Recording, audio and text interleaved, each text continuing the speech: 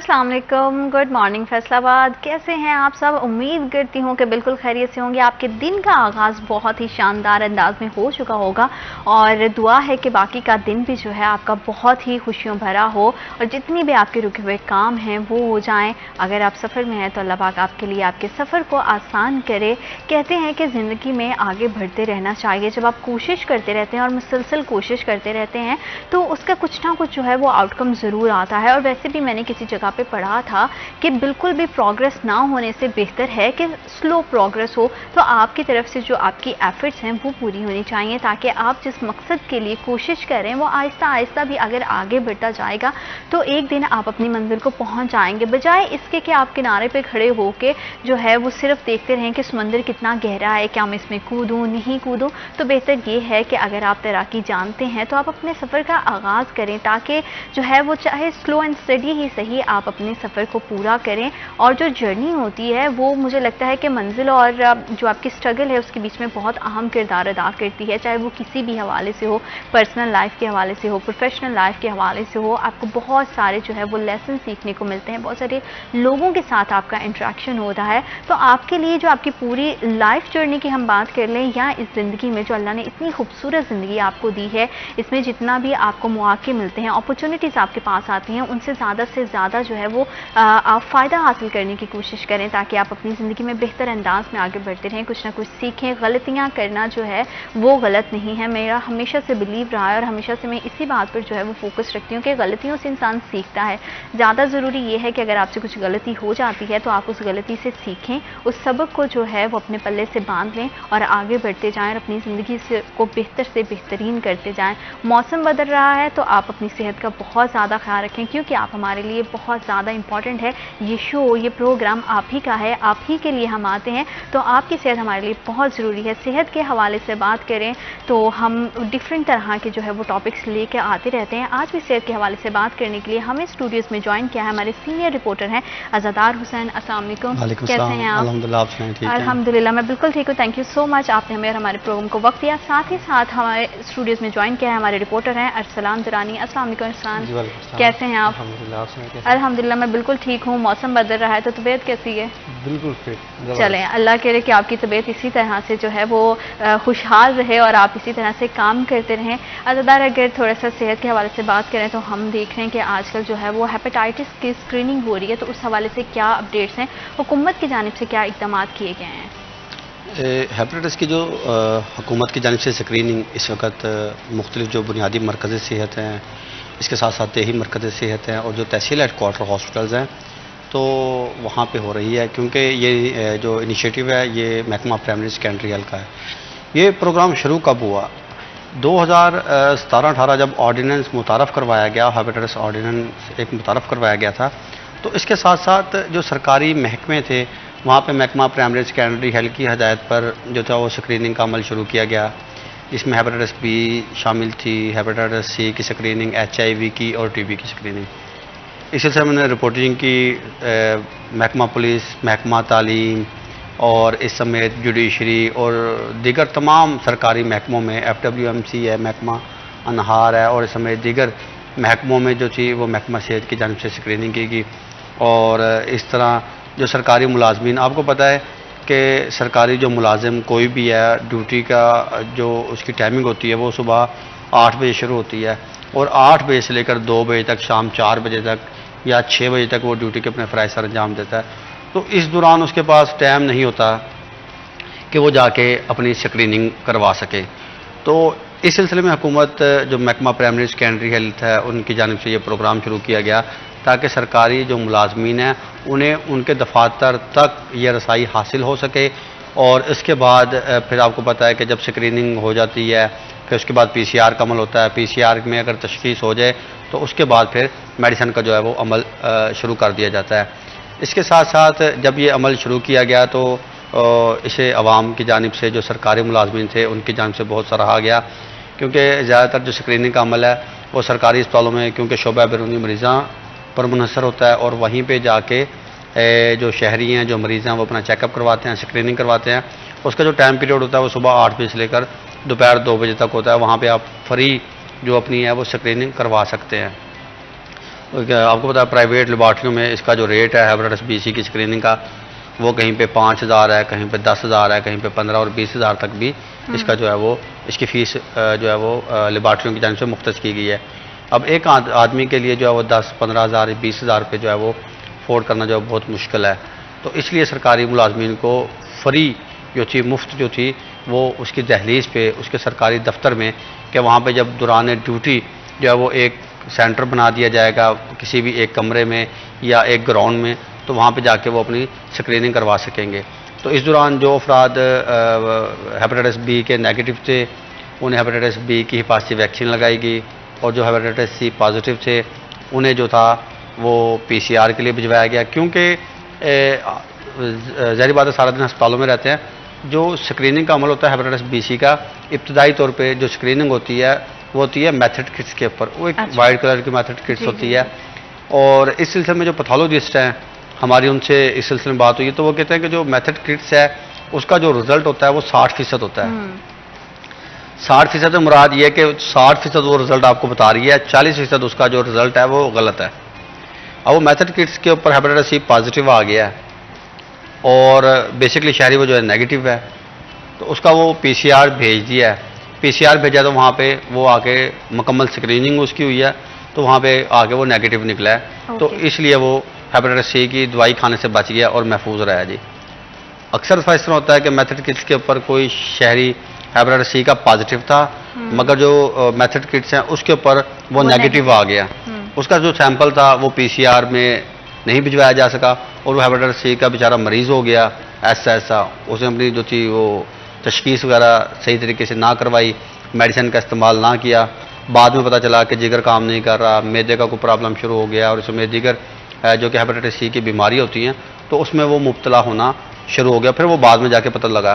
तो इस सिलसिले में वो कहते हैं कि मेथड किट्स जो है वो उसके लिए अलाइजा वगैरह या इस तरह के मेथड्स वगैरह जो ज़रूर होने चाहिए, ताकि स्क्रीनिंग का अमल जो है वही मजबूत हो और शहरियों को पता चल सके स्क्रीनिंग की इब्तिदा में ही कि हम अगर हेपेटाइटिस सी पॉजिटिव हैं या अगर हम हेपेटाइटिस सी नेगेटिव हैं तो हमने क्या PCR करवाना है या नहीं करवाना।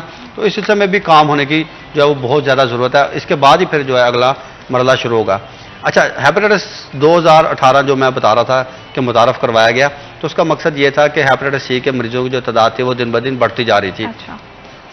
अब जो हुकूमत की जानिब से एक पूरा उसके ऊपर एक प्रोग्राम एक अनाउंस किया गया था, एक पूरी किताब उसके ऊपर शाया की गई थी। तो उसमें ये उन्होंने कहा था कि आप जो ये हजाम हैं, जो बार्बर्स हैं, ब्यूटी पार्लर हैं, ब्यूटी सैलून हैं, तो यहाँ से बहुत ज़्यादा जो शहरी हैं, हत्ता कि ख़वातीन जो हैं, मर्द जो हैं, वो हेपेटाइटिस बी सी का शिकार हो रहे हैं। तो इसलिए इनकी सबसे पहले रजिस्ट्रेशन की जाए। फिर अब इनकी रजिस्ट्रेशन का अमल शुरू किया गया 2018 में। फैसलाबाद में तकरीबन जहाँ तक मेरे पास अदाद-ओ-शुमार है 5500 से के ज़ायद के करीब जो है वो महकमा सेहत की जानिब से रजिस्टर्ड किए गए। अब रजिस्टर करके उनके जो मालकान हैं ब्यूटी पार्लर के, ब्यूटी सैलून के, या जो हजाम या बार्बर्स वगैरह हैं, उनके जो मालकान हैं या वहाँ पे काम करने वाला अमला है, उनकी स्क्रीनिंग करनी थी। स्क्रीनिंग के दौरान जो पॉजिटिव होने थे उनके PCR भिजवाने थे, और जो हेपेटाइटिस बी नेगेटिव होने थे उन्हें हिफाजती वैक्सीन लगानी थी। लेकिन उसमें ये आ जाता ना ज़्यादातर, अगर आप इस तरह की जगह पे जाते भी हो तो वहाँ पे आप जो है वो कुछ पर्सन्स की तो स्क्रीनिंग कर लोगे, लेकिन वहाँ पे सबसे ज़्यादा जो मसला आता है जिसकी वजह से ये ज़्यादा जो है वो बीमारी फैलती है, वो हाइजीन्स का जो है वो बहुत ज़्यादा ख्याल नहीं रखा जाता जो हमारे यहाँ अलमिया है। तो उसकी वजह से भी ये सारी चीज़ें जो होती हैं, और अगर स्क्रीनिंग का ये जो अमल शुरू किया है, अल्लाह करे कि ये बहुत बेहतर लोगों के लिए साबित हो और लोग सेहतमंद रह सकें। अगर अरसान थोड़ा सा शहर के हवाले से बात करें, क्योंकि शहर की खूबसूरती जो है उसकी शाहराएँ होती हैं, उसका जो है उसकी इमारतें होती हैं। जैसे हम बात करते हैं फैसलाबाद की, तो बहुत सारी जगह पे जो है हमें टूट फूट का शिकार दिखाई देती हैं सड़कें, और बहुत जगह जगह पे हमें कूड़ा करकट के ढेर भी दिखाई देते हैं। अगर हम अपने ब्रिजेस की बात कर ले तो ब्रिजेस भी जो है वो उनको खासी मुरम्मत की ज़रूरत है, लेकिन उस पर खातिर ख्वाह कोई तवज्जो नहीं दी जा सकती। तो इसके पीछे की क्या वजह है, आप क्या समझते हैं कि किस तरह से जो है इसको तमाम सूरत-ए-हाल को बेहतर किया जा सकता है, और जो हमारे इंतज़ामिया, हमारी मैनेजमेंट है हमारे शहर की, वो इस तरफ क्यों तवज्जो नहीं दे रही है? जी बिल्कुल, सबसे पहले तो हमें चाहिए कि हम निशानदेही कर लें कि वो इलाके कौन कौन से हैं जहाँ पर इस तरह के इंफ्रास्ट्रक्चर के मसाइल ज़्यादा हैं, और उन इलाकों में जो रिस्पॉन्सिबल है वो महकमा कौन सा है। तो अगर बात कर ली जाए इन इलाकों की, तो ये जो मानावाला है, गुलाम हमदाबाद है, इसके बाद इवन समनाबाद जैसे इलाके, वहाँ पर भी इंफ्रास्ट्रक्चर के मसाइल हैं। ये इस हमारे जो गुलिस्तान कॉलोनी जहाँ पर हम बैठे हुए हैं, यहाँ पर भी हैं। अब होता ये है, जो ज़्यादातर देखने को मिला है, होता ये है कि डिपार्टमेंट्स ओन नहीं करते। अब कुछ ऐसी शाराएँ हैं जो महकमा हाईवे के अंडर आती हैं, कुछ ऐसी हैं जो म्यूनसिपल कॉरपोरेशन के अंडर आती हैं। अब जब हाईवे की बात आती है, वो कहता है ये हमारा इलाका नहीं है। जब आप म्यूनसिपल कॉरपोरेशन के पास जाते हैं, वो कहता है नहीं जी ये हमारा इलाका भी नहीं है। तो इस तरह से वो एक दूसरे पर डाल के वो इसको इल्तवा का शिकार किए रखते हैं। अब मानावाला में एक मेन रोड है मानावाला का, और अच्छी खासी वहाँ पर आबादी है, मेन बाज़ार है। वो कोई पिछले 2-4 साल से ऐसी टूट फूट का शिकार है, लेकिन कोई उसका ताहाल नोटिस नहीं लिया गया, ना ही उसका जो है उसकी मरम्मत करवाई गई है। अब ना ही तो म्यूनसिपल कॉरपोरेशन उसको ऑन करता है और ना ही हाईवे डिपार्टमेंट उसको ऑन करता है। मुख्तलिफ कॉलोनियाँ हैं जो फैसलाबाद में प्राइवेट कॉलोनियाँ या फिर जो एफडीए के अंडर आती हैं। अब थर्ड यहाँ पर पार्टनर आ गया, एफडीए आ गया। म्यूनसिपल कॉरपोरेशन, एफडीए और महकमा हाईवे, ये 3 वो डिपार्टमेंट्स हैं जो कि इनको देख रहे होते हैं शाराएँ जो हैं। अब जो मेन शाराएँ जैसे सरगोदा रोड हो गया या मिल्लत, ये शेखुपुरा रोड हो गया या समंदरी रोड हो गया, ये तो महकमा हाईवे इनको देखता है और इनकी जो देखभाल है या जहाँ से भी टूट फूट का शिकार है, इनकी बर वक्त मरम्मत भी की जाती है। लेकिन अब भी सरगोदा रोड बाज़ जगहों से टूट फूट का शिकार है। काफ़ी बेहतरी हुई है जो पहले, आज से अगर हम बात कर लें साल पहले, तो हालात बहुत ख़राब थे। लारी अड्डा से खसूस तौर पर इतनी ट्रैफिक होती है वहाँ पर, और कोई ऐसा लम्हा नहीं जब वहाँ पर ट्रैफिक की रवानी ना हो। तो वहाँ पर ये सूरत हाल थी, रोड टूट का शिकार था। क्योंकि एक मसला ये है, रोड टूटते क्यों है, सवाल तो ये पैदा होता है ना कि बार बार बनाए जाते, टूटते क्यों है। तो उसमें जो मेन किरदार है वो वासक है। अब एक नया रोड बन गया, तैयार हो गया, तैयार करके चले गए हैं, तो वासा को याद, ओह हमने तो यहाँ पर पाइपलाइन डालनी थी, वो उखाड़ देंगे रोड। अब उन्होंने उखाड़ा, वो जो हिस्सा है वो उसकी वो अलग से फिर सारा उसकी वो डिमांड भेजेंगे, वो अलग से फिर उसका सारा कुछ होगा। तो ये एक तो ये मसला है, इनको ये जो इंटर डिपार्टमेंटल कम्युनिकेशन है, ये गैप होने की वजह से भी बहुत सारे मसाइल इंफ्रास्ट्रक्चर के फैसलाबाद में हैं।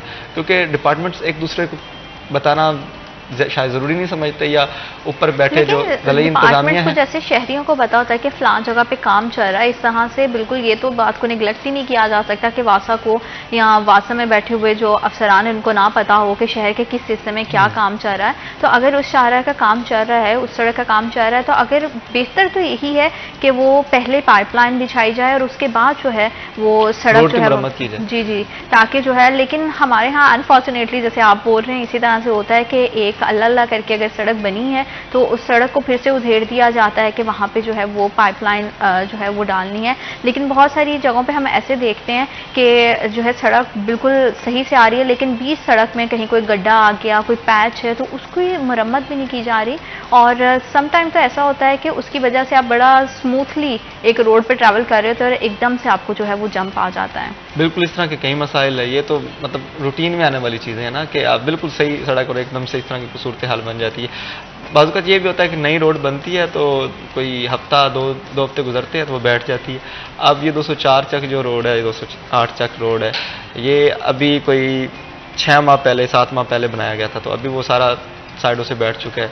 अब उसमें शायद उसको सही तरह से वो देखा नहीं गया था, उसको बनाने में कहीं को मसाइल थे, या उसका जो तखमीना लगाया गया था उससे वो ज़्यादा लगाने की बजाय कम उस पर लगाया गया, या जो भी रीज़न थी, तो अब वो सारा बैठ गया। अब वो जितनी भी ट्रैफिक वहाँ से गुजरती है, वो उस जगह जाने वाले लोग, उनको मसाइल का सामना है, तो ये किसके अंडर आएगा, कौन हल करेगा। तो ऐसे कई सारे मसाइल है जो इंफ्रास्ट्रक्चर के, और इस मौसम में स्पेशली क्योंकि अभी तो स्मोग और ये सूरत हाल भी होनी है, तो धूल मट्टी जो है वो सेहत के लिए भी सर जैसे वो जाहिर बात है कि जैसे जैसे शहर की जो है आलूदगी, जिसे हम एनवायरनमेंट पोल्यूशन कहते हैं, वो बढ़ेगी, तो उसकी वजह से भी है। और एनवायरनमेंट पोल्यूशन की वजह से जो है वो स्मोक बहुत बढ़ जाती है, जैसे कि अभी मौसम भी चेंज हो रहा है। इस हवाले से मज़ीद बात करेंगे वक्त तो एक छोटी सी break. I will be right back after a short break.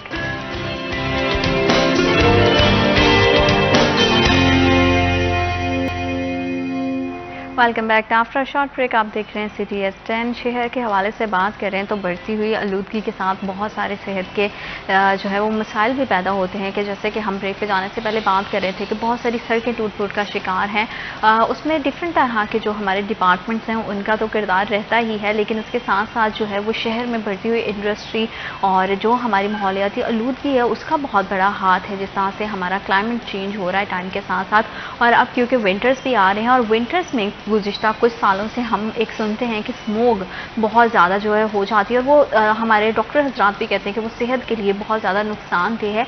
और हुकूमत का उस लिहाज से क्या इक़दाम रहते हैं और किस तरह से स्मोक से पैदा होने वाली बीमारियों को रोका जा सकता है, इसी हवाले से हम जो है वो अज़ादार आपसे जानना चाहते हैं कि जिस तरह से डॉक्टर्स कहते हैं कि स्मोक बहुत ज़्यादा हेल्थ के लिए जो है वो नुकसानदेह है, तो जैसे अब मौसम बदल रहा है तो हुकूमत की तरफ से और महकमा सेहत की जानिब से स्पेशली कौन से ऐसे इक़दाम कोई दिखाई आपको दे रहे हैं कि शहरियों की जो सेहत है उसके तहफ़्फ़ुज़ को यकीनी बनाया जा सके?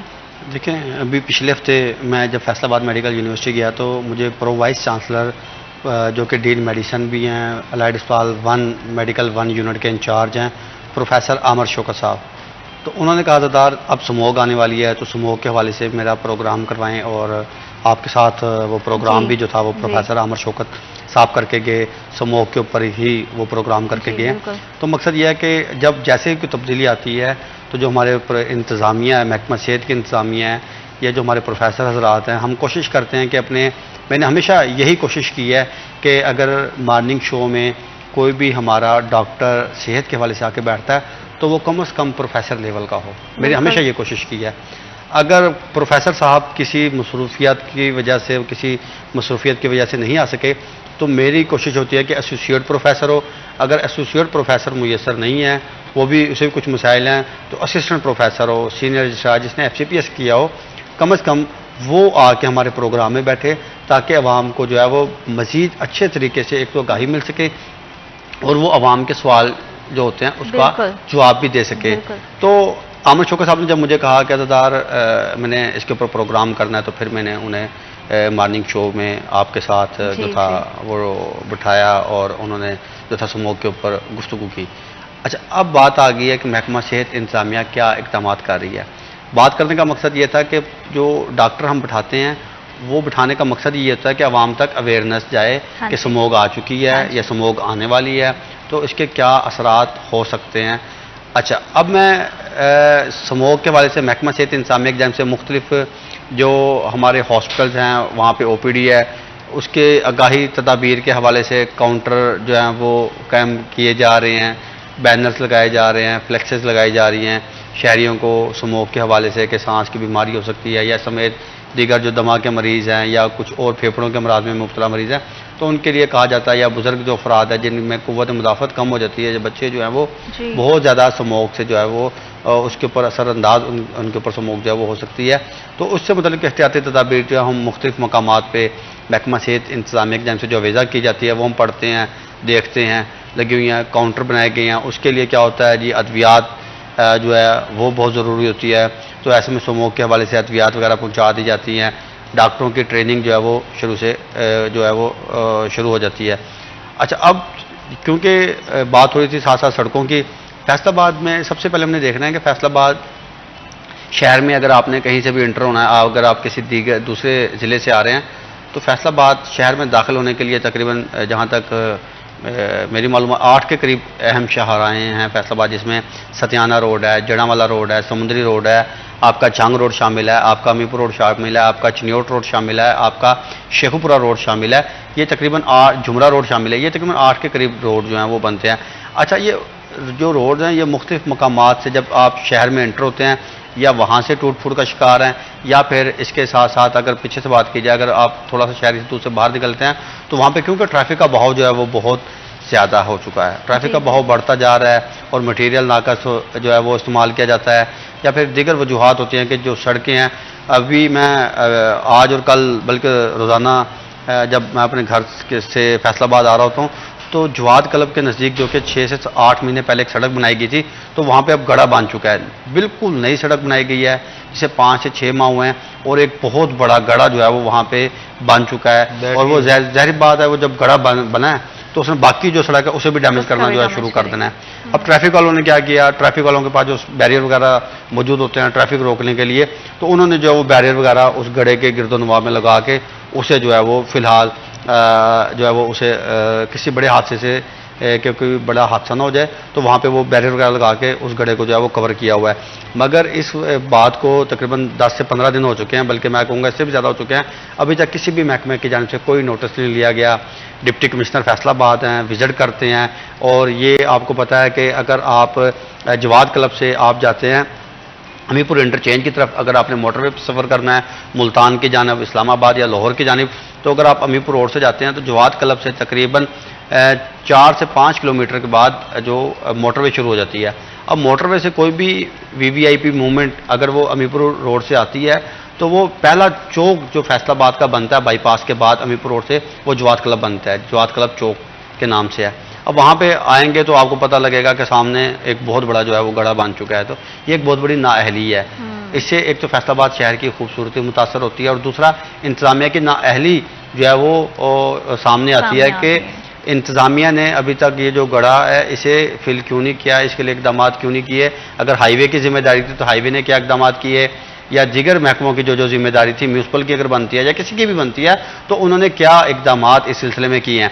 अच्छा, अब क्योंकि ये साथ साथ क्योंकि जब सड़कें टूट फूट का शिकार होती हैं और ऐसे मौसम में, जबकि मौसम सरमा आ रही हो और स्मोक का भी सीज़न हो, तो ऐसे में वहाँ पे जब गर्दो गुबार जो है वो उड़ती है सड़क डैमेज होने की वजह से, तो वो ज़्यादा जो है वो असरअंदाज होती है। एक तो स्मोक आ चुकी है, ऊपर से वहाँ पे गर्दो गुबार भी है, और तीसरा आपको पता है कि अभी साथ ही गन्ने का सीज़न शुरू हो जाएगा, और जो हमारी शुगर मिल्स हैं, मिसाल के तौर पर अगर चिन्योट के वाले से बात की जाए तो चिन्योट में एक शुगर मिल है, तो वहाँ पे फिर गन्नों के ट्रालियों का जो रश है वो बढ़ जाएगा। जब वो बढ़ेगा और एक जो सड़क है जो मुख्तलिफ मकामात पर बजाय इसके कि सड़क को नए सिरे से तामीर किया जाता, तो वहाँ पे मुख्तलिफ मकामात पर जो है वो पेंचर जिसे हम कहते हैं, टुच जो कहते हैं, वो लगा के जो है वो आर्जी तौर पर काम जो चलाया गया, वो कोई मुस्तकिल काम नहीं है। अब ज़ाहिर बात है, अगर आपने सड़क तामीर करनी है चिन्योट से लेकर फैसलाबाद तक, ये तकरीबन बनती है 34 से 35 किलोमीटर का एरिया बनता है। 34 से 35 किलोमीटर एरिया की तामीर के लिए या उसे नया बनाने के लिए आपको तकरीबन अरबों रुपए के बजट चाहिए, और इस सिलसिले में आपको पता है कि PC1 तैयार किए जाते हैं, भिजवाए जाते हैं मनसूबे, जो मुतलका MP MNA होते हैं उनकी कोशिश होती है। क्योंकि अगर देखें, अगर फैसलाबाद चिन्योट से फैसलाबाद की जानिब कोई सैकड़ों नहीं दर्जनों हज़ारों लोग जो हैं वो हज़ारों शहरी जो हैं बासिलसिला रोज़गार फैसलाबाद का वो सफ़र करते हैं।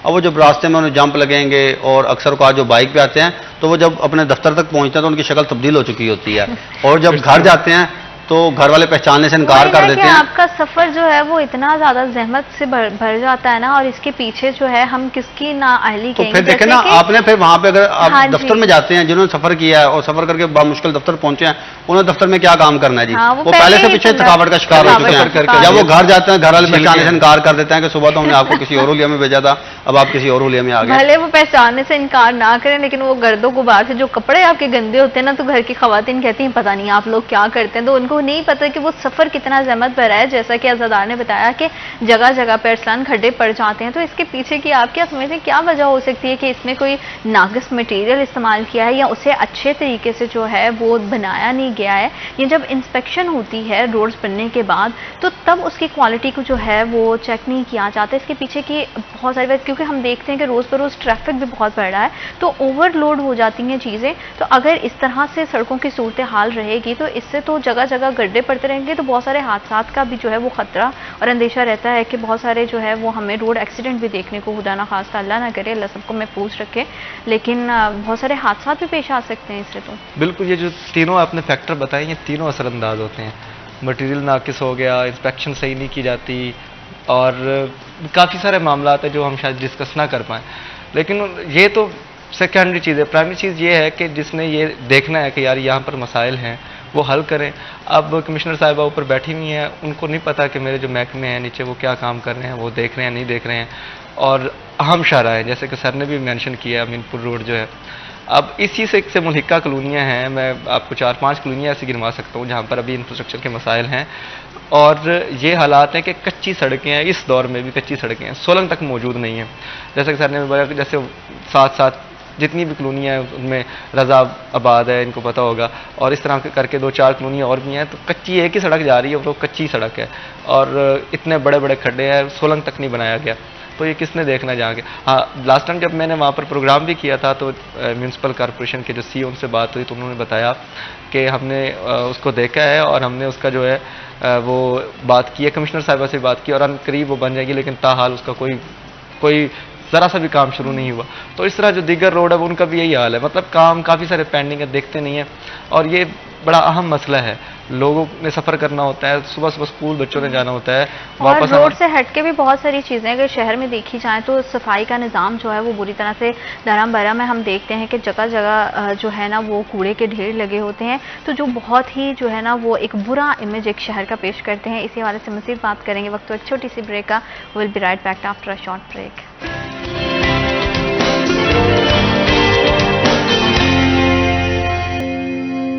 Welcome back after short break. आप देख रहे हैं सिटी एट 10। और अगर सेहत के हवाले से बात करें तो मौसम बदल रहा है, अपना बहुत ज़्यादा ख्याल रखें। जैसे कि डॉक्टर्स कहते हैं कि स्मोक के बहुत ज़्यादा इफ़ेक्ट होते हैं आपकी हेल्थ पे, और उसमें सबसे बेहतर जो है, जब हमने भी गुज़िश्ता रोज़ एक हेल्थ पे जो स्मोक के हवाले से प्रोग्राम किया तो उसमें भी यही आगाही दी गई थी कि सबसे कॉमन चीज़ जो रेगुलर बेसिस पे ये है कि आप अपना फेस मास्क इस्तेमाल करें ताकि सांस के ज़रिए जो है वो ज़्यादा से ज़्यादा आलूदगी से आप बच सकें। तो अपना बहुत ज़्यादा ख्याल रखें, अपनी बॉडी को ज़्यादा से ज़्यादा हाइड्रेट रखने की कोशिश करें, अच्छे से अच्छा जो मील है उससे इंटेक करें ताकि आप जो है वो बेहतर अंदाज में सेहत तंदुरुस्ती के साथ जो है वो इस सीज़न को एंजॉय कर सकें। क्योंकि बहुत लंबा अरसा हमने गर्मी देखी है, उसके बाद जो है अल्लाह करके अब मौसम चेंज हो रहा है, तो मौसम में आपकी हेल्थ बहुत ज़्यादा इंपॉर्टेंट है, तो अपना बहुत ज़्यादा ख्याल रखिए। इसी हवाले से अगर हम दूसरी तरफ भी बात करें तो शहर की सूरत हाल पर भी हमने जो है वो तफसीली गुफ्तगू की किस तरह से जो है वो डिफरेंट तरह के रोड जो है वो टूट फूट का शिकार है। बहुत सारे बैकवर्ड एरियाज़ में हम देखते हैं कि बहुत ज़्यादा कचरा भी हमें देखने में मिलता है, वासा के बहुत सारे मसाइल हैं, बहुत सारी ऐसी चीज़ें हैं जिस पे तवज्जो देने की ज़रूरत है, लेकिन हमारी जो है मैनेजमेंट उसकी तरफ जो है वो फोकस नहीं कर रही। उसके पीछे क्या वजूहात हो सकती हैं, उसी हवाले से हम बात कर रहे थे। अरसलान, अगर हम देखें कि मेन शाहराहों के अलावा, क्योंकि जब भी कोई यहाँ पे आता है, जैसे कोई भी हम कह दें कि कोई भी अथॉरिटी से रिलेटेड कोई भी ऑफिसर आता है तो मेन शाहराहें उसे विज़िट करवा दी जाती हैं और शहर का मेन हिस्सा जो है उसे दिखा दिया जाता है, जो कि खूबसूरत भी दिखाई देता है, जहाँ की सड़कें भी ठीक हैं। लेकिन बहुत सारे फैसलाबाद में बैकवर्ड एरियाज़ हैं जहाँ पे ऐसे बहुत सारे मसाइल हैं, जहाँ पे सड़कें जो है वो सड़कें नहीं मतलब गली मोहल्ले जो है वो टूट फूट का शिकार हैं, जिसकी वजह से वहाँ पर बहुत ज़्यादा जो सीवरेज के मसाइल भी देखने में आते हैं, कूड़ा करकट भी होता है जो सेहत को बुरी तरह से मुतासिर करता है और बहुत सारी बीमारियाँ भी उससे जन्म लेती हैं। बिल्कुल सही बात आपने की। जब कोई VIP एक्टिविटी होती है तो फिर सफाइयाँ भी होती हैं और जो स्पेसिफिक जगह होते हैं वहाँ पर का ही विज़िट कराया जाता है कि बड़ा दिखाया जाए कि हमने बड़ा काम किया हुआ है, बड़ी सफाई सुथराई है शहर में और शहर जो है वो पेरिस बन गया। लेकिन ऐसा होता नहीं है। होता ये मैं आपको बताता हूँ कि आपको मैं कोई दूर की मिसाल नहीं दूंगा। डिप्टी कमिश्नर कम्प्लेक्स और डिप्टी कमिश्नर जो ऑफिस है उसके बिल्कुल बैक साइड पे एक रोड है जो कि अरसद रात से टूटा हुआ है, साथ ही कूड़ादान पड़ा हुआ है और वो अक्सर भरा रहता है, कभी साफ़ नहीं हुआ। वहाँ पर कभी किसी की नज़र नहीं पड़ी क्योंकि वो उनके गुजरने का रास्ता नहीं है, बल्कि उनके गुजरने के रास्तों में भी यही सूरत हाल होती हैं। तो ये सीरियसली नहीं लेते, जो कि अभी लेना चाहिए, क्योंकि बाज़ अब क्योंकि आपने ऐसे बात कर रहे थे कि एयर क्वालिटी इंडेक्स की वो भी बढ़ता है, स्मोक के इशूज़ होते हैं, तो कूड़े को आग लगाई जाती है और ये वैसे भी इस पर पाबंदी है और ये गैर कानूनी है। लेकिन इस तरह के मामलात होंगे तो ज़ाहिर सी बात है, एक तो माहौल इन्वायरमेंट जो है वो आपका सही नहीं रहेगा, डिस्टर्ब होगा और इससे जो अमराज है मुख्तलिफ़ किस्म की वो भी डॉक्टर्स के मुताबिक बढ़ती हैं। तो ये सफाई सुथराई जो है ये तो पहली तरजीह होनी चाहिए, चाहे वो FWMC है या ज़िला इंतज़ामिया के दीगर महकमे जिन जिनके ये रोल है उनको अपना अदा करना चाहिए, क्योंकि सफाई सुथराई तो वैसे भी ईमान कहा गया है दीन इस्लाम में भी, तो इसको देखना चाहिए। अब आपने बात की कि जो मेन पॉइंट्स हैं उनको तो साफ कर दिया जाता है, बाकी ऐसे रहते हैं। तो इसमें यह है कि मेन पॉइंट्स में भी बाज़ औक़ात हमें देखने को मिलता है कि वो भी वैसे ही हैं जैसे कि बैकवर्ड एरियाज़ हैं। मैं बात करता हूँ गुलामंदाबाद की, वो अक्सर मेंशन करता हूँ, इसलिए करता हूँ क्योंकि वो फैसलाबाद का शायद सबसे बड़ा इलाका है, सबसे बड़ी कॉलोनी है जहाँ पर आबादी के लिहाज से भी हर लिहाज से भी, तो वहाँ अक्सर यही है कि आपने एक गली का टर्न लिया दूसरी गली में जाएंगे तो आपको कूड़ा मिलेगा, क्योंकि कोई नहीं आपका उठाया जाता। एटमॉस्फेयर बहुत ज़्यादा मैटर करता है आपकी हेल्थ पे भी। जारी बात है, शहरी हैं, उन्होंने घर में तो नहीं रह सकते हैं, घर से बाहर भी निकलना है और अपनी जो है वो काम भी करने हैं। तो जो जिस तरह के हमारा इन्वायरमेंट होता है उससे हमारी सेहत बहुत बुरी तरह मुतासिर होती है। जैसे अज़ादार आप हमें प्रोग्राम के स्टार्ट में हेपेटाइटिस के हवाले से बता रहे थे कि किस तरह से हेपेटाइटिस की जो है वो स्क्रीनिंग शुरू की गई है इस चीज़ को मेक श्योर करने के लिए कि ऑथेंटिसिटी जो है ना उसको यकीन बनाया जाए कि अगर कोई केस है वो पॉजिटिव है तो पता चल सके, और अगर नेगेटिव है तो उसी हवाले से मज़ीद कौन से इक़दाम देखने को आए हैं और मज़ीद इस हवाले से जो है वो कौन सी जो है वो प्लानिंग की जा रही है कि सेहत के हवाले से शहरियों को ज़्यादा से ज़्यादा जो है वो सहूलियात फराहम की जा सके। देखें, जब भी शहर का कोई नक्शा बनाया जाता है या मुख्तलिफ इदारे काम करते हैं तो उस वक़्त हमें अफसोस होता है कि जो इनकी नाकस पॉलिसी के सबब उसका जो खुमियाजा है, क्योंकि इंतजामिया पॉलिसी बनाती है ना, शहरियों ने तो नहीं बनानी। जो हमारे डिप्टी कमिश्नर है या हमारे ऊपर बैठे हुए जो हुक्मरान हैं उनके जो मशवरे से, उनकी जो है वो मुशावरत से, और जो हमारे MP MNA हजरात हैं उनके मुशावरत से। अब देखें फैसलाबाद, अगर आप गुलबर्ग चौक की बात करें तो वहाँ पे कूड़े का एक उन्होंने बनाया हुआ है, डिप्पू साहब से कहते हैं, वहाँ पे मौजूद है और वहाँ पे कूड़े के पहाड़ आपको नजर आएंगे। और सुबह के टाइम जब आप वहाँ से गुजरते हैं तो इतनी बदबू वहाँ से आती है कि वहाँ से आपका गुजरना महाल होता है। उसकी बैक साइड पे ज़राई यूनिवर्सिटी है जी, ठीक है, जाहिर बात है वहाँ पे हॉस्टल बने हुए हैं, बच्चे पढ़ते हैं, वो भी मुतासर होते हैं। और गिरदोनवा में जो वहाँ पे मार्केट्स बनी हुई हैं या वहाँ पे जिनके घर हैं तो वो लोग पता नहीं किस तरह रहते होंगे। मेरा वहाँ से गुजरना कोई 2 से 3 सेकंड का होता है और 2 से 3 सेकंड हमारा वहाँ से गुजरना जो महाल हुआ होता है। अब शहर के बिल्कुल अहम मकाम पे जो है वो फिल्टर डिपो की तरफ से बना दिया गया है। इसी तरह आप चले जाएं डी टैप कॉलोनियल साइड पे, वहाँ पे हलाल अहमर अस्पताल 2 बना दिया गया है। ये हलाल अहमर अस्पताल की इमारत है और इसके साथ ही फिल्टर डिपो उन्होंने बनाया हुआ है और वहाँ पे हामला खवातीन अपने चेकअप के लिए आ रही हैं और वहाँ पे डॉक्टर बैठे अपना जो है मरीजों को चेक कर रहे हैं। वो वहाँ पे किस तरह बैठेंगे जब वहाँ से इतनी बदबू आती है कि उन्होंने कई दफ़ा ये मसला हाईलाइट किया है कि यहाँ से जो है वो गंद ख़त्म किया जाए और जो जगह है हस्पताल की तामीर के हवाले से वहाँ पे शोबा इंडोर जो है वो वहाँ पे तामीर किया जा सके, मगर अभी तक जो है वो जगह खाली नहीं की करवाई जा सकी। एसिस्टेंट डिप्टी कमिश्नर फैसलाबाद मुख्तलिफ आ चुके और उन्होंने इक़दाम किए मगर कोई कुछ नहीं कर सका। MPM मुख्तलिफ जो MNA हजरात है वो वहाँ पे सिलेक्ट हुए और उनकी जान से यकीन दहानियाँ करवाएंगे कि हम यहाँ से कूड़ा ख़त्म करवाएंगे, मगर अभी तक वहाँ से कूड़ा नहीं ख़त्म हो सका। इससे आप अगर झांग रोड पर चले जाएँ तो अयूब रिसर्च से पहले ही आपको जो है वहाँ पे भी कूड़ा का एक ढेर नजर आएंगे और वहाँ से भी गुजरना जो है वो महाल हुआ था। ये वो इलाके हैं जो कि अगर फैसलाबाद चौक घंटे घर को अगर आप ले लें, फैसलाबाद का सेंटर बिल फर्ज करें, उससे शुमार कर लें, ये फैसलाबाद से 2-2, 3-3 किलोमीटर के फासले पे हैं। ये जिस कूड़ेदान की मैं बात कर रहा हूँ, जिस कूड़े के ढेर की या जिस कूड़े के पहाड़ों की मैं बात कर रहा हूँ, वहाँ पे पहाड़ बन चुके हैं।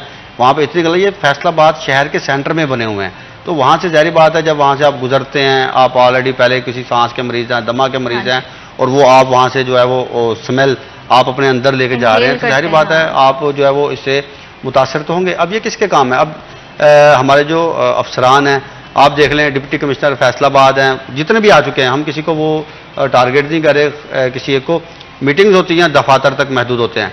जब तक वो दफ्तरों से निकल के खुद विजिट नहीं करेंगे, करेंगे, चीज़ों को चेक नहीं करेंगे, या जो मुतलका असिस्टेंट कमिश्नर हजरात होते हैं या एडिशनल डिप्टी कमिश्नर उनके साथ जो काम कर रहे थे या बाकी दीगर हमला होता है, तो वो जब तक पॉइंट उन्हें नहीं बताएगा कि फ़लानी जगह पे मसला है या फ़लानी जगह पे ये मुश्किलात हैं, डिप्टी कमिश्नर साहब खुद बाहर नहीं निकलेंगे, कमिश्नर खुद बाहर नहीं निकलेंगे, वो जब तक खुद नहीं देखेंगे तो किस तरह ये मसाइल हल होंगे। गुज़िश्ता दिनों हमारी एक मीटिंग हुई, साबका जो डिप्टी कमिश्नर थे, नाम अब आपको पता है कि लेते हैं तो फिर वो कहते हैं कि किसी को टारगेट किया जा रहा है, तो डिप्टी कमिश्नर फैसलाबाद के साथ हमारे साथियों की मुलाकात हुई तो उन्होंने कहा यार मैं शहर के में बेहतरी लेके आना चाहता हूँ, मुझे पॉइंट्स बताए जाएँ।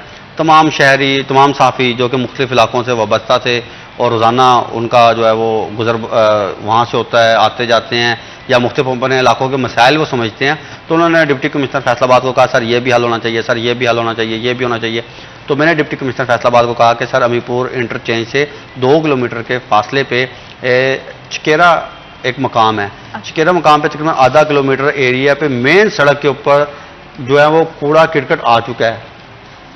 मेन सड़क तक कूड़ा करकट आ चुका है कि वहां से दो गाड़ियां अब इकट्ठी नहीं गुजर सकती, एक गाड़ी गुजरेगी तो पीछे दूसरी गाड़ी गुजरेगी, आप क्रॉस नहीं कर सकते वहां पे। सर कूड़े के ये हाल हो चुके हैं। और कोई भी अगर कोई अहम VIP मूवमेंट फैसलाबाद शहर आती है, कोई भी जो मेहमान फैसलाबाद शहर में आता है, तो सबसे पहले उसे जो है कूड़े की जियारत करनी पड़ेगी। और वो एक फिर क्या गंदा वो मतलब इमेज उसके जहन में आएगा, और वो जब शहर से बाहर जाएगा वो उसमें अच्छा उसमें क्या होता है, डिप्टी कमिश्नर ने फिर फौरन ही कहते हैं यार ये तो अच्छा किया, इसे कल ही खत्म करवाते हैं। वो कल क्या, ये 1-2 साल पुरानी बात हो चुकी है, वो अभी तक कूड़ा वहीं का वहीं है जी। कितने डिप्टी कमिश्नर आ चुके हैं, आए हैं, चले गए, किसी ने वो कूड़ा अदायगी अच्छे से नहीं करेगा तब तक जो है ना वो चीजें इसी तरह से रहेंगी। अज़ादार आपका बहुत शुक्रिया, आपने हमें और हमारे प्रोग्राम को वक्त दिया। अरसलान आपका बहुत शुक्रिया, आपने हमें और हमारे प्रोग्राम को वक्त दिया। प्रोग्राम में वक्त हुआ एक छोटी सी ब्रेक का, will be right back after a short break.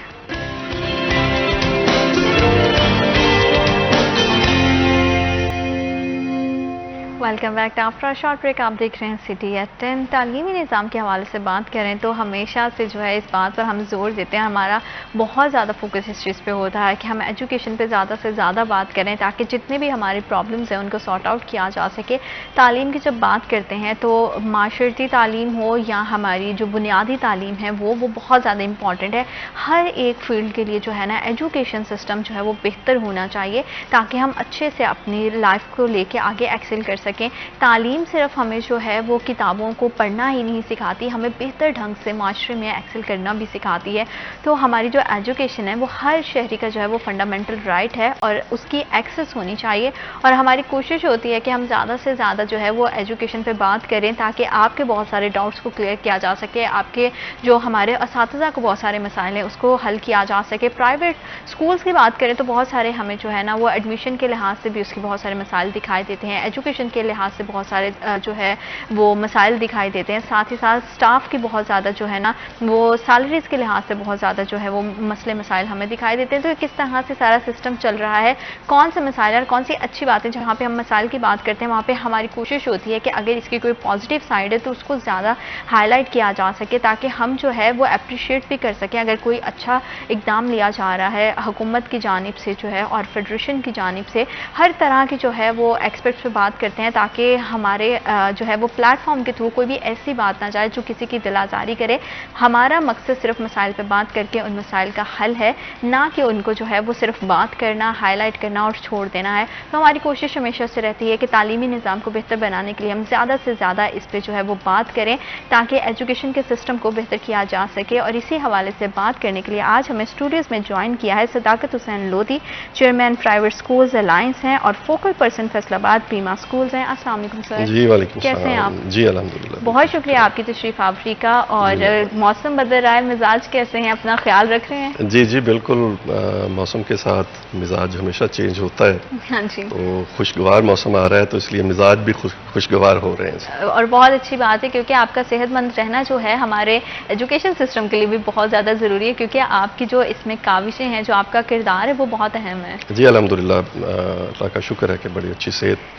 अल्लाह पाक बस आपको इसी तरह से जो है वो सेहत तंदुरुस्ती के साथ आपके जो फ़राइज़ हैं उसको अंजाम देने की तौफीक अता फरमाए। और अगर सिर्फ प्राइवेट स्कूल्स के हवाले से बात करें तो कौन से ऐसे मसाइल हैं जिनको आजकल हम देखते हैं मौजूदा सूरत हाल में प्राइवेट स्कूल्स को स्पेशली फेस करने पड़ रहे हैं? जी देखें, ये प्राइवेट स्कूल्स को बहुत सारे मसाइल हैं। अब तो प्राइवेट स्कूल्स जो है ना वो मसाइलिस्तान बन गए हैं।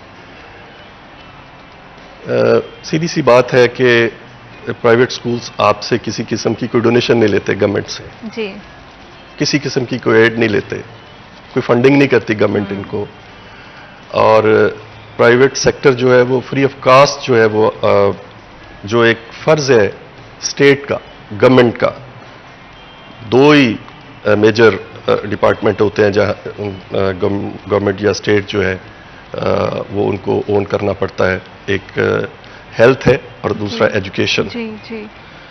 तो इसमें प्राइवेट सेक्टर ने आधे से ज्यादा बोझ जो है ना वो गवर्नमेंट का अपने कंधों पे उठाया हुआ है। बजाय इसके कि वो आपका हाथ बटा रहे हैं प्राइवेट सेक्टर, आप उनको अप्रिशिएट करें या उनका शुक्रिया अदा करें, उल्टा उन पे ऐसी कदगनें लगाई जाती हैं कि बहुत सारे स्कूल जो हैं उनकी जद में आके बंद भी हो रहे हैं और बल्कि बंद हो चुके हैं। 14-15 किस्म के तो टैक्सेस हैं जो प्राइवेट स्कूलों को देने पड़ते हैं। अच्छा। और फिर कतन ये लिहाज नहीं रखा गया कि एक स्कूल की फीस 500 रुपया है मंथली एक बच्चे की, जी जी। और एक इदारे की 50,000 रुपया एक बच्चे की फीस है। तो जो टैक्सेस जो है वो 50,000 फीस लेने वाले इदारे पे लगाए गए हैं, वही 500 रुपया लेने वाले इदारे पे लगाए गए। तो ये सबसे बड़ी एक जुल्म और ज्यादती है। यानी गवर्नमेंट को चाहिए कि वो इनको कैटेगराइज करे। कोई बंदा टैक्स देने से इनकारी नहीं। मसलन वासा है, अब वासा ने ये रहता था, इसने पहले तो कमर्शियल जो बिल थे वो ये भेज रहे थे। अब एक और जो काम किया है वो ये है, बड़ी हैरानगी वाली बात होगी आपके लिए शायद, ये हम वासा का बिल देते हैं जी, जो सरकारी पानी हमें आता है जी। अब इन्होंने ये किया है कि जो आपने अपने घर में एक जमीन पे पंप लगाया हुआ है, वाटर पंप जो है, जी, जी। जो जमीन से पानी सक करता है, आपके घर के अंदर लगा हुआ है, उस पे भी बिल लगा दिया है। और ये कितनी बड़ी ज्यादती है कि हमने अपनी लैंड में, अपनी जगह में वो पंप लगाया है और पानी बच्चों को दे रहे हैं, उस पे भी कमर्शियल टैक्स लगा दिए गए हैं। इसी तरह से आप ये हमारा जो इलेक्ट्रिसिटी बिल है वो A3 कर दिया गया है और उसका 50 से 60 रुपए पर यूनिट बनता है। बजाय इसके कि आप इन चीज़ों में एजुकेशन सेक्टर को और ख़ास तौर पे प्राइवेट सेक्टर को रिलीफ दें, उल्टा उनको टैक्सेस की जद में लाया जाता है। इसी तरह से सोशल सिक्योरिटी है। अब ये एक बहुत बड़ा मसला है हमारे लिए। वैसे तो सारे ही बड़े मसले हैं। अब सोशल सिक्योरिटी के हवाले से अगर मैं आपको बताऊं तो आप हैरान होंगे कि सोशल सिक्योरिटी जो है वो हमारे स्टाफ पे लगाई गई है, और जो हमारे टीचर्स हैं, खास तौर पे बच्चियां जो होती हैं, वो तो हमारे पास 1 साल के लिए, 2 साल के लिए, 3 साल के लिए आती हैं, उसके बाद वो अपने घर चली जाती हैं। तो वो अगर 1 साल के लिए भी हमारे पास आई हैं तो 25 साल तक हमें उनका सोशल सिक्योरिटी देना पड़ेगा। अच्छा। यस।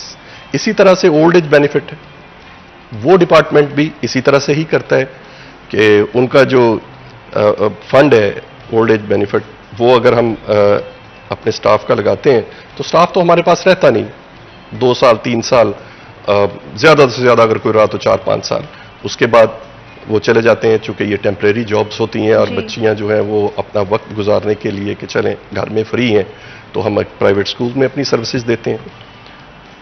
तो उनका जब हम EOBI देते हैं तो वो भी 2 साल बाद 3 साल बाद वो तो चली गई, लेकिन देना उनका हमें वो पूरे 25 साल। और वो अमाउंट कितना होता है? वो बेसिक सैलरी का जो है वो 7% है। ओके जी, जो हमें देना होता है। ठीक है, ठीक है।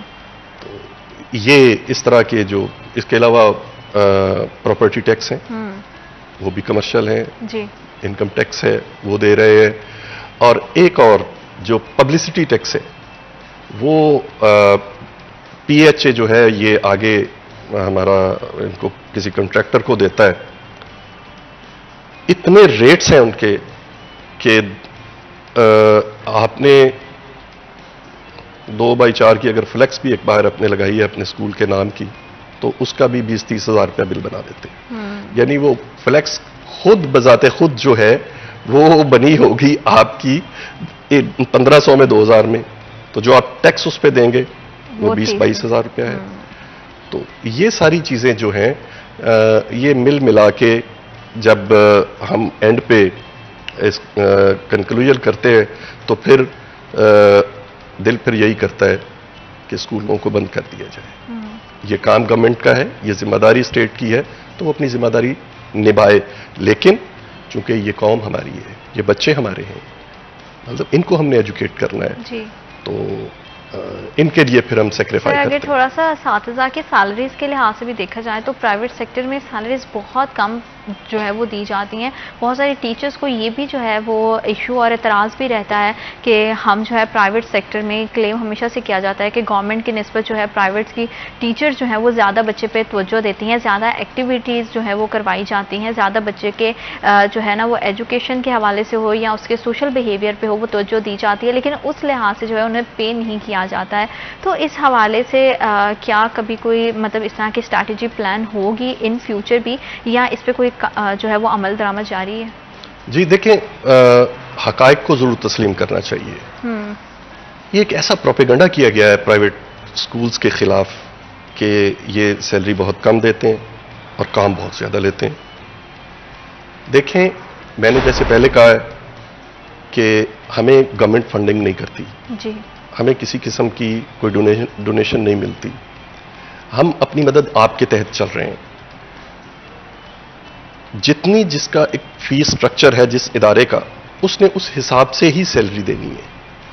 अगर कोई इदारा 50,000 रुपया मंथली फी ले रहा है तो वो एक टीचर को 1.5 2 लाख सैलरी भी दे रहा है। ये किसी को नजर नहीं आएगा। तो इसी तरह से जो आपका फीस स्ट्रक्चर है इदारे का, उसके मुताबिक टीचर को सैलरी मिलती है। कतन कोई ज्यादती नहीं की जाती, ना कोई इस तरह का जुल्म किया जाता है। क्यों करना है? ये बच्चे बच्चियां, ये टीचर्स, ये हमारे अपने बच्चे। तो जो अपनी मदद आपके तहत काम होते हैं उनमें थोड़ा बहुत वो कुर्बानी एक दूसरे को देनी ही पड़ती है, लेकिन ये भी नहीं कि बिल्कुल ही इस तरह जिस तरह कहा जा रहा है कि ये कुछ नहीं देते जी प्राइवेट तालीमी इदारे, तो ये तो ऐसे ही हैं। जो हमारे पास टीचर्स आते हैं वो बिल्कुल मुतमईन है और सेटिस्फाइंग है इसमें। उनके साथ बाकायदा एक एग्रीमेंट होता है, वो उस एग्रीमेंट पे साइन करते हैं। कोई बंदूक की नाली के साथ ये एग्रीमेंट नहीं करवाता। तमाम लोग अपनी खुशी के साथ आते हैं, खुशी के साथ ये एग्रीमेंट होता है, और जो उनकी सैलरी बनती है उनकी एजुकेशन के हवाले से, उनके एक्सपीरियंस के मुताबिक वो उनको दी जाती है। ठीक है। और इसे जैसे कि एडमिशन के हवाले से भी और रजिस्ट्रेशन के हवाले से हम ऑफ कैमरा भी बात कर रहे थे कि बहुत सारे प्राइवेट स्कूल्स को जो है उसका सामना करना पड़ा है। जैसे कि मैट्रिक के अभी एग्जाम्स में आएंगे तो उसमें बच्चों की जो है एडमिशन में बहुत ज़्यादा रुकावट पैदा हो सकती है। तो रजिस्ट्रेशन के क्या मसाइल हैं और स्पेशली जो है वो प्राइवेट सेक्टर जो है वो किस तरह के मसाइल का सामना कर रहा है? जी, मैं चूंकि डिस्ट्रिक्ट रजिस्ट्रेशन अथॉरिटी का भी मेंबर हूं जो प्राइवेट स्कूल्स को रजिस्टर्ड करती हैं, मैं 2015 से उसका मेंबर हूं। जो हमारा रजिस्ट्रेशन एक्ट है उसमें गाहे गाहे अमेंडमेंट्स आती रहती हैं।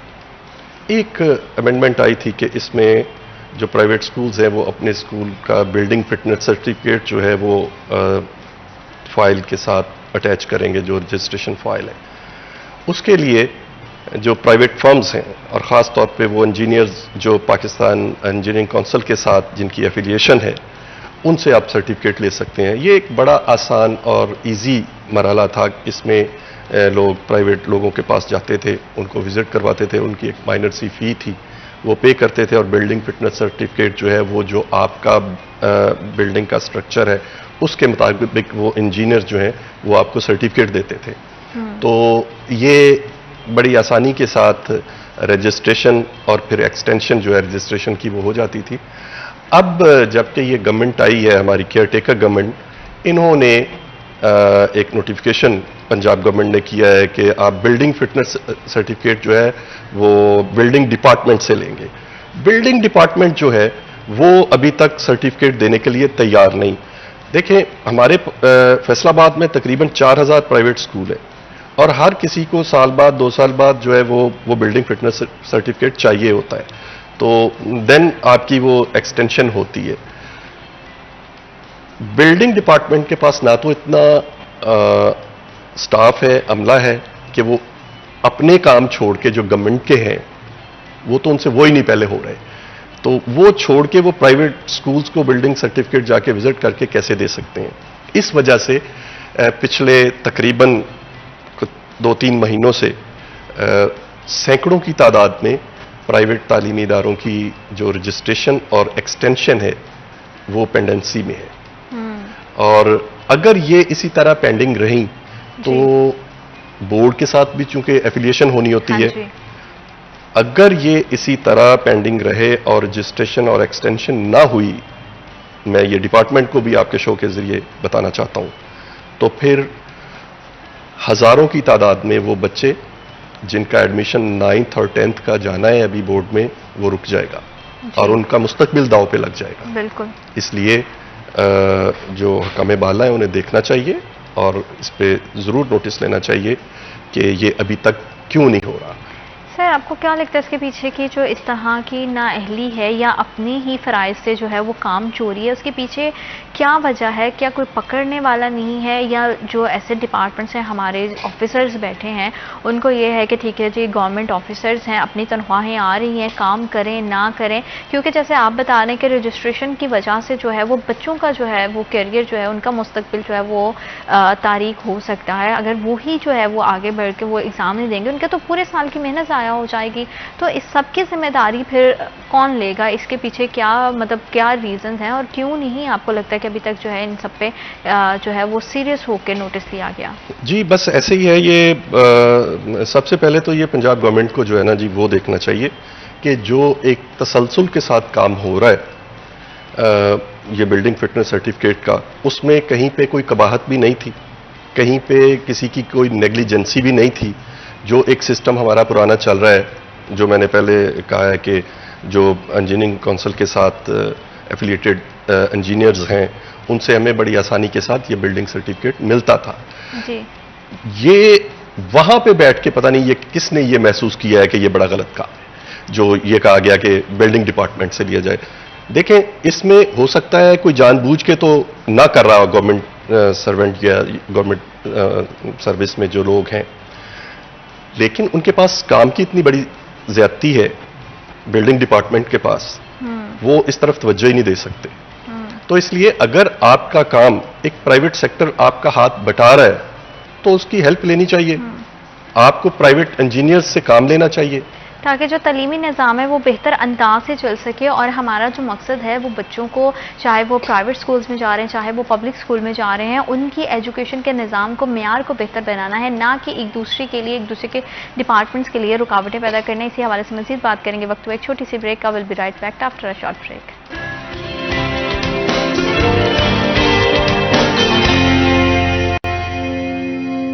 Welcome back after short break. आप देख रहे हैं सिटी एट 10 और हम बात कर रहे हैं तालीमी निज़ाम के हवाले से। जब भी तालीम की बात आती है तो हम ओवरऑल अगर दुनिया का निज़ाम देखें, दूसरे कंट्रीज़ में भी देखें, तो जहां एजुकेशन के को लेके बहुत ज़्यादा जो है वो अपग्रेड कर दिया गया है, वहीं हमारा निज़ाम जो है वो दिन ब दिन पीछे की तरफ आता जा रहा है। हमारे प्राइवेट सेक्टर्स के और गवर्नमेंट जो इदारे हैं उनके आपस के मसाइल जो हैं वो बढ़ते जा रहे हैं, बजाय जो फैसिलिटीज़ पहले से दी गई थी उनको मज़ीद बढ़ाया जाता, बल्कि उन पर भी जो है वो रोकथाम कर दी जाती है, जिसकी वजह से जो है वो डायरेक्टली या इनडायरेक्टली हम बात करें तो स्टूडेंट्स की जो करियर है, उनका फ्यूचर है, उस पर सवाल आता है। अगर बहुत सारे बच्चे जो हैं वो इम्तिहान ही नहीं दे पाएंगे तो वो किस तरह से वो जो है वो आगे बढ़ेंगे? उनकी तालीम का ही नहीं हर्ज होता, बल्कि एक एक साल जो है वो पूरा साल उनकी मेहनत होती है, तो उनके तालीमी करियर जो है वो बुरी तरह से इफ़ेक्ट होगा।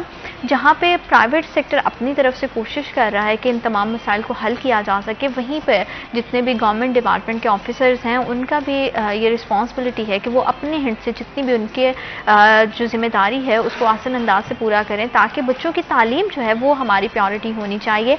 और तालीम को आम करना और तालीम को सस्ता करके हर किसी की पहुँच और रसाई तक पहुँचाना जो है वो हुकूमती इदारों का और हुकूमत की जिम्मेदारी है, चाहे वो बच्चा फिर प्राइवेट सेक्टर से तालीम हासिल कर रहा है या गवर्नमेंट सेक्टर से। हमारा सिर्फ एक ही मकसद और हमारी प्रायोरिटी जो है वो बेहतर तालीम और बेहतरीन तालीमी निज़ाम है जो हम अपने बच्चों को दे सकें, ताकि उनका मुस्तकबिल अगर रोशन होगा तो पाकिस्तान में जो है वो ज़्यादा अपॉर्चुनिटीज़ पैदा होंगी, पाकिस्तान का मुस्तकबिल रोशन होगा। और इसी हवाले से जो है वो बहुत सारे मसाइल हैं जिनका सामना करना पड़ रहा है प्राइवेट स्कूल्स को, और इस पर हम बात कर रहे थे। सर, जैसे कि हम बात कर रहे थे कि बच्चों के करियर के लिहाज से तो इस तरह उनके पूरी साल जो है वो ज़ाया चला जाएगा, तो इसके जो आफ्टर इफ़ेक्ट्स होंगे फिर उसका ज़िम्मेदार कौन है? क्योंकि ये जो ज़िम्मेदारी है वो आपके कांधों पे है। और जैसे कि आपने कहा है कि मतलब कि डिपार्टमेंट्स की तरफ से जो है वो थोड़ी सी सुस्ती इसको बोल लें या नाअहली बोल लें कि उसका शिकार है, जिसकी वजह से उसका हर्जाना जो है वो बच्चों को भरना पड़ेगा और अल्टीमेटली बच्चों के जो वालिदैन हैं वो आकर आपको पकड़ेंगे। तो इस सारी सूरत हाल में आप क्या समझते हैं कि कौन सी ऐसी पॉलिसीज़ हैं जिसको अभी फ़ौरन जो है वो कर लेना चाहिए ताकि उस तरह की सूरत हाल से जो है ना आने वाले दिनों में बचा जा सके? जी, मैं बिल्कुल बड़ा वैलिड आपने क्वेश्चन रेज किया है। इसमें सबसे पहले तो मैं ये कहूँगा कि जो पुरानी पॉलिसीज थी उसी को ही बहाल कर दिया जाए। ये एक जुम्बश कलम से सेक्रेटरी एजुकेशन से ये हो जाएगा, इसमें कोई किसी का जोर नहीं लगेगा कि जिस तरह से माजी में ये बिल्डिंग फिटनेस सर्टिफिकेट दिए जाते रहे हैं और ये बड़ी जिम्मेदारी से दिए जाते हैं। जिसने बिल्डिंग फिटनेस सर्टिफिकेट देना है, अगर वो कोई 5 साल का उस बिल्डिंग का फिटनेस सर्टिफिकेट दे रहा है तो वो जिम्मेदार है उसका। इसमें किसी किस्म की कोई कोताही नहीं कर सकता। तो ये पंजाब गवर्नमेंट को चाहिए कि अपने इस नोटिफिकेशन को वापस लें और उसके बाद जो पुराना सिस्टम है उसी को बहाल करें। जो प्राइवेट इंजीनियर्स हैं, जैसा कि मैंने कहा है कि जिनकी एफिलिएशन पाकिस्तान इंजीनियरिंग काउंसिल के साथ है, उनको इजाज़त दी जाए। और वो चूंकि तादाद में ज़्यादा हैं और बड़ी स्पीडी काम करने वाले वो लोग हैं, तो फिर ये हम बच सकते हैं इससे। अदरवाइज ये बिल्डिंग डिपार्टमेंट के बस का रोग नहीं कि वो इतने तालीमी इदारों को ये बिल्डिंग फिटनेस सर्टिफिकेट इशू कर सके। क्योंकि विजिट होना है, विजिट के बाद फिर वो उनका एक अपना तरीकाकार होगा, उसके मुताबिक वो करेंगे। तो टाइम इतना शॉर्ट है, अभी दिसंबर में तो बच्चों के एडमिशन जाना शुरू हो जाएंगे। तो अगर बोर्ड ने एक्सेप्ट ना किया कि जब तक आपकी रजिस्ट्रेशन का प्रोसेस मुकम्मल नहीं होता तब तक हम बोर्ड के साथ एफिलिएशन नहीं देंगे, फिर तो ये बहुत बड़ा नुकसान हो जाएगा।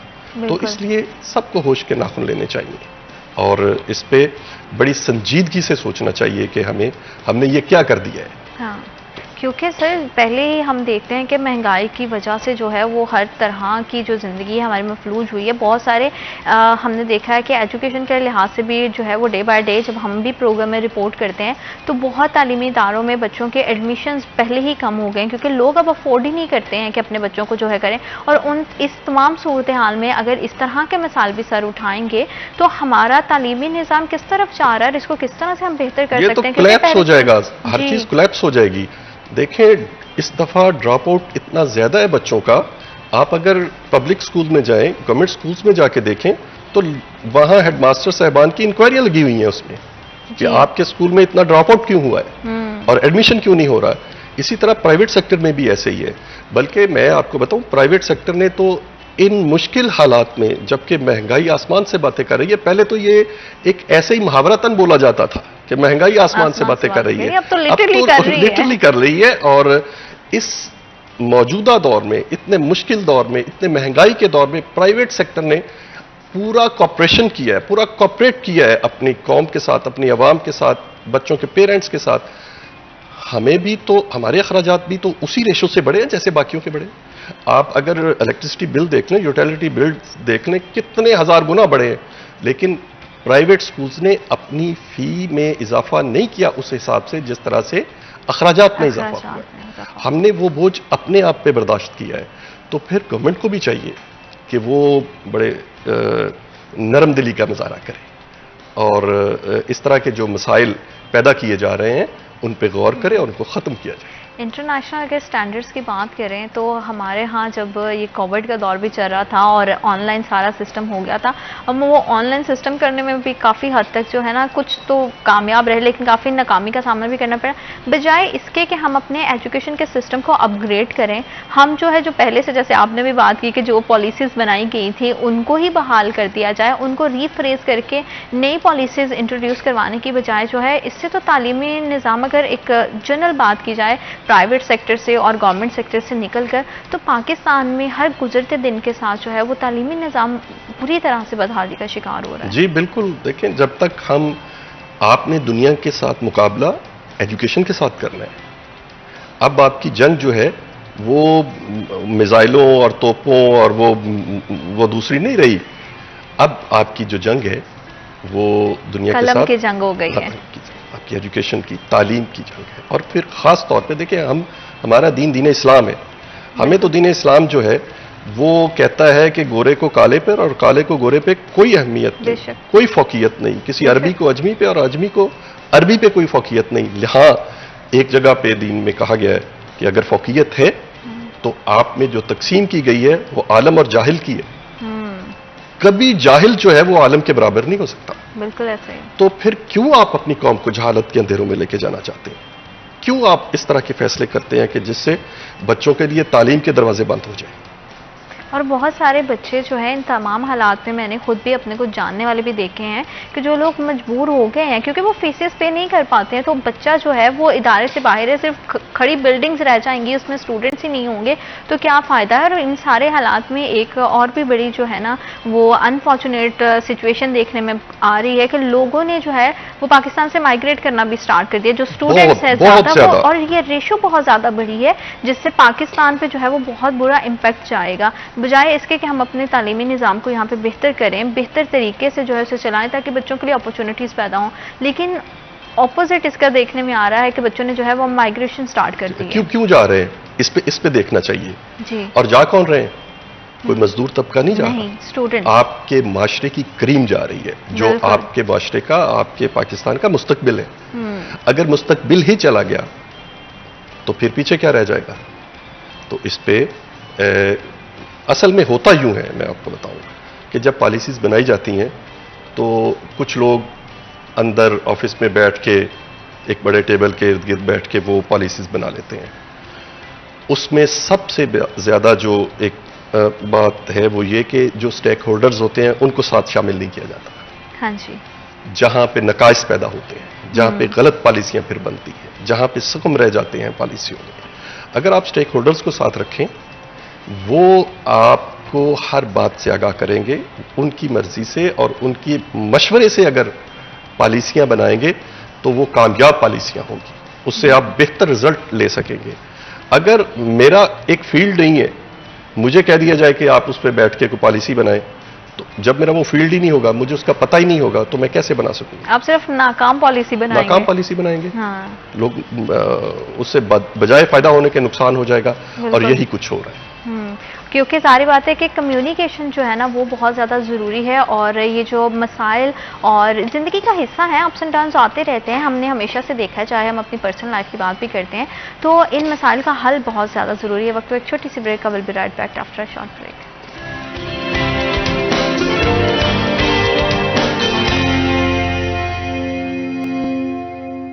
Welcome back after a short break. आप देख रहे हैं सिटी एट 10। तालीम के हवाले से हम बात कर रहे हैं, और बहुत ही जो है ना अनफॉर्चुनेट सिचुएशन है कि जहाँ पे इंटरनेशनल स्टैंडर्ड्स को मैच करने की जो है हमारे अंदर जो है वो एक स्पिरिट होनी चाहिए, वहीं जो हमारे बने हुए पहले के स्टैंडर्ड्स हैं हम उनसे भी नीचे गिरते जा रहे हैं, जिसकी वजह से अल्टीमेटली इसका रिजल्ट ये आ रहा है कि हमारे तालीमी निज़ाम पूरी तरह से दरहम बरहम हो रहा है। कहते हैं कि स्कूल जो होती है वो बच्चों की बेस बनती है, जब बच्चों की बेस ही अच्छे तरीके से नहीं बन पाएगी और बहुत सारे मसाइल का सामना करना पड़ेगा, तो कैसे बच्चा जो है वो पॉजिटिवली माशरे में कंट्रीब्यूट कर सकेगा। तो बहुत ज़रूरी है हुकूमत का अपनी, कहते हैं कि जो रियासत को चलाने वाले हुक्मरान होते हैं उनकी ये अव्वलीन ज़िम्मेदारी होनी चाहिए कि वो हर शहरी को जो है वो बुनियादी हक और उसके हकूक़ दे सकें और आसान अंदाज में करें, ताकि उसकी रसाई जो है उन राइट्स तक जो है वो उसको ज़्यादा से ज़्यादा आसान किया जाए। और हमारे फंडामेंटल राइट्स में से जो तालीम है, सेहत है, वो बहुत ज़्यादा ज़रूरी है। हम सेहत के हवाले से चाहे बात करें, तालीम के हवाले से बात करें, तो ये हमारा राइट है और हमारी प्रायोरिटी होनी चाहिए कि हम जो है वो अपने शहरियों के लिए तालीम को इतना आसान कर दें कि कोई बच्चा भी जो है वो स्कूल, कॉलेजेस और यूनिवर्सिटी से बाहर ना रह सके। क्योंकि जब यही नौजवान नस्ल आगे बढ़ेगी, तालीम हासिल करेगी, तो बहुत सारी अपॉर्चुनिटीज़ पैदा होंगी। अपॉर्चुनिटीज़ पैदा होंगी तो वो पाकिस्तान के हक़ में बहुत ज़्यादा बेहतर है। लेकिन अनफॉर्चुनेटली गुज़िश्ता कुछ टाइम से हम देख रहे हैं कि बहुत सारे स्टूडेंट्स की एक बड़ी तादाद जो है वो पाकिस्तान से माइग्रेट कर गई है, दूसरे ममालिक में चली गई है, जिसका जो है वो डायरेक्टली असर जो है वो पाकिस्तान की इमेज पे आएगा। यहाँ रहकर क्योंकि सर्वाइवल बहुत मुश्किल हो गया है, और कौन से ऐसे मसाइल हैं जिनका सामना जो है वो तालीमी इदारों को करना पड़ रहा है, स्पेशली जो है वो प्राइवेट सेक्टर को करना पड़ रहा है, उसी हवाले से हम बात कर रहे थे। सर जैसे हमने अभी बात कर रहे थे कि जो हमारे स्टूडेंट है, हमारी यूथ है, उसकी एक बहुत बड़ी तादाद बाहर माइग्रेट कर गई है। अगर इसी तरह से यूथ जाती रहेगी और तालीमी निज़ाम बेहतर करने की बजाय हम अपनी ही जो मुस्तकबिल के जिसको कहते हैं ना कि जिन्होंने आगे मुल्क की भागदौड़ चलानी है, वही जब मुल्क में नहीं रहेंगे तो मुल्क किधर को जाएगा। और तालीमी निज़ाम बेहतर करने के बजाय ये कोई हल नहीं है कि हम जो है वो अपना मुल्क छोड़ के भाग जाएँ या फिर जो भी मसाइल हैं उन पे बात करने के बजाय पीछे हट जाएं, क्योंकि इस हवाले से बहुत ज़्यादा जो है, जैसे आपने भी बात की कि स्टेक होल्डर्स का जो है वो जब बात होती है मसाइल के हल की तो उनका उस जगह पे मौजूद रहना बहुत ज़्यादा ज़रूरी है। कि ज़ाहिर बात है आप एजुकेशन से रिलेटेड काम कर रहे हैं, तो जब भी एजुकेशन से रिलेटेड पॉलिसीज़ बनाई जाए तो ज़रूरी है कि आपको साथ बिठा के बात की जाए ताकि आसान अंदाज में पॉलिसीज़ बनाई जाए। आपको क्या लगता है कि आने वाले दिनों में इस तरह का कोई इक़दाम हमें देखने में मिलेगा कि जब भी मसाइल के हल पे बात की जाएगी तो रेलिवेंट जो फील्ड के जो नुमाइंदागान हैं उनको साथ में बिठाकर पॉलिसीज़ बनाई जाएं ताकि हर जो तबका है उसको आसान अंदाज से चलाया जाए? देखिए, ये बड़े अरसे से हम कह रहे हैं कि आप जब पॉलिसियाँ बनाते हैं तो स्टेक होल्डर्स को साथ बिठाएं। अगर एजुकेशन से रिलेटेड है तो आप माहिरीन तालीम को बिठाएं। अगर सेहत से मुतालिक है तो आप जो सेहत से मुतालिक, हेल्थ से मुतालिक लोग हैं उनको बिठाएं। अगर आपको किसी शरई मसले पे कोई पॉलिसी बनानी है, किसी दीन के मसले पे बनानी, तो उलमाए इकराम को बिठाएं साथ। तो इसी तरह से आप जो जिस फील्ड में जो पॉलिसी बनाना चाहे उसमें स्टेक होल्डर्स को साथ रखें, बेहतरीन पॉलिसियां बनेंगी। लेकिन ऐसा नहीं हो रहा। ये सब कुछ जो आज चल रहा है, जैसे हमारे बच्चे बाहर भाग रहे हैं, जिसने एफएससी की है, बीएससी कर रहे हैं, मास्टर किया तो वो कहता है मैं बाहर भाग जाऊं, यहाँ ना रहूं। क्या वजह है इसकी? वो अपने मुस्तकबिल को गैर महफूज समझ रहे हैं। यहाँ पे जॉब अपॉर्चुनिटी नहीं है। और फिर खास तौर पे हमने अपने बच्चों के जहन में ये डाल दिया है कि आपकी डिग्री आपको जॉब दिलवाएगी। हाँ जी, हाँ, ये सबसे बड़ा अलमिया है हमारा यहाँ पे कि हम सिर्फ डिग्री लेते जॉब करने के लिए। हम क्यों नहीं कहते जो इल्म है ये हैवान से इंसान बनाता है, हम क्यों नहीं इंसान बनते? हम क्यों नहीं इस अपनी तालीम का और इल्म का, अपनी डिग्री का किसी और साइड से क्यों नहीं इससे फायदा लेते? हमने क्यों ये सोच रखा है कि हमने गवर्नमेंट जॉब लेनी है? हमने क्यों ये झांसा दिया हुआ है कि आप ये डिग्री लेके आएंगे तो आपको गवर्नमेंट जॉब मिलेगी? प्राइवेट सेक्टर में रह के क्यों नहीं काम हो सकता? देखें, ये एजुकेशन में प्राइवेट सेक्टर की जो सर्विसेज हैं इनको कभी बुलाया नहीं जा सकता, कभी इग्नोर नहीं किया जा सकता। ये स्कूल्स देख लें, लोग चला रहे हैं, प्राइवेट सेक्टर में चला रहे हैं, कॉलेजेस चल रहे हैं। इसी तरह से आप कोई टेक्निकल जो एजुकेशन है वो प्राइवेट सेक्टर में दे सकते हैं और ले सकते हैं। ये अगर सब कुछ हो जाए तो फिर, और पता हो कि जो मैंने करना है उसका नतीजतन रिजल्ट मुझे मिलना है, उसका मुआवजा भी मुझे मिलना है, तो फिर कोई बच्चा, कोई तालिब इल्म, कोई स्टूडेंट ये नहीं समझेगा कि मेरा मुस्तकबिल जो है वो गैर महफूज है। जहन में ये बैठ गया है कि पाकिस्तान में रहते हुए हमारी इन डिग्रीज का कोई फायदा नहीं। हम पाकिस्तान में रहते हुए हमारा मुस्तकबिल जो है, वो हमारा फ्यूचर जो है वो बिल्कुल गैर महफूज है। हम पता नहीं कल क्या होगा यहाँ पे। जब तक इस कैफियत को ख़त्म नहीं किया जाएगा उस वक्त तक ये बच्चे बाहर जाएंगे, हमारी क्रीम बाहर जाएगी। जा कौन रहे हैं? जो प्रोफेशनल एजुकेशन ले रहे हैं। इंजीनियर्स हमारे जा रहे हैं, डॉक्टर्स हमारे जा रहे हैं, इसी तरह से टेक्निकल हैंड जो बच्चे हैं वो बाहर जा रहे हैं। इनको रुका जाए, बच्चों का मुस्तकबिल जो है उसकी जमानत दी जाए। बिल्कुल, और इसके रूट जो है वो एजुकेशन सिस्टम से जुड़ी हुई आपका है। जितना एजुकेशन सिस्टम मजबूत होगा उतना ही आपका मुल्क मजबूत होगा। बिल्कुल। लेकिन इस पे कब काम होगा, इसके लिए हम दुआ गो है कि ये काम हम यही चाहते हैं कि काम हो। मसाइल पे बात करने का मकसद ही ये होता है कि उनका हल जो है वो आसान अंदाज से निकले। और उम्मीद भी यही है कि इस सारी गुफ्तगू के बाद अगर कोई देखने वाले इदारे हैं वो इस मसले पे हल करें। कभी जैसे कि आप बहुत ज़्यादा कोशिश कर रहे हैं और और बहुत ज़्यादा आप जो है वो सर्व कर रहे हैं इस अदारे पे, तो वो एक अलग से प्रेशर होता है। तो आपकी बहुत बड़ी जिम्मेदारी है और अल्लाह करे कि आप अपनी ज़िम्मेदारी को आसान अंदाज में जो है वो पूरा कर सकें और अल्लाह पाक आपके लिए बहुत सारी आसानियाँ पैदा करें। सर आपको बहुत शुक्रिया, आपने हमें और हमारे प्रोग्राम को वक्त दिया। और जितने भी तालीमी इदारे हैं और उससे एसोसिएट लोग हैं, हमारी यही दुआ है कि उनके जितने भी मसाइल हैं वो हल हो सकें और हमारे उसातिज़ा के मसाइल हल हो सकें, क्योंकि जब बेहतरीन उसातिज़ा होंगे तो बेहतरीन कौमें जो हैं वो जन्म लेती हैं। और पाकिस्तान के हक़ में भी अल्लाह ताला बेहतर करे, आपके लिए, हमारे लिए और हमारे मुल्क पाकिस्तान के लिए अल्लाह पाक ढेरों ढेर आसानियाँ पैदा करे। अपना बहुत सारा ख्याल रखिएगा। अल्लाह निगहबान।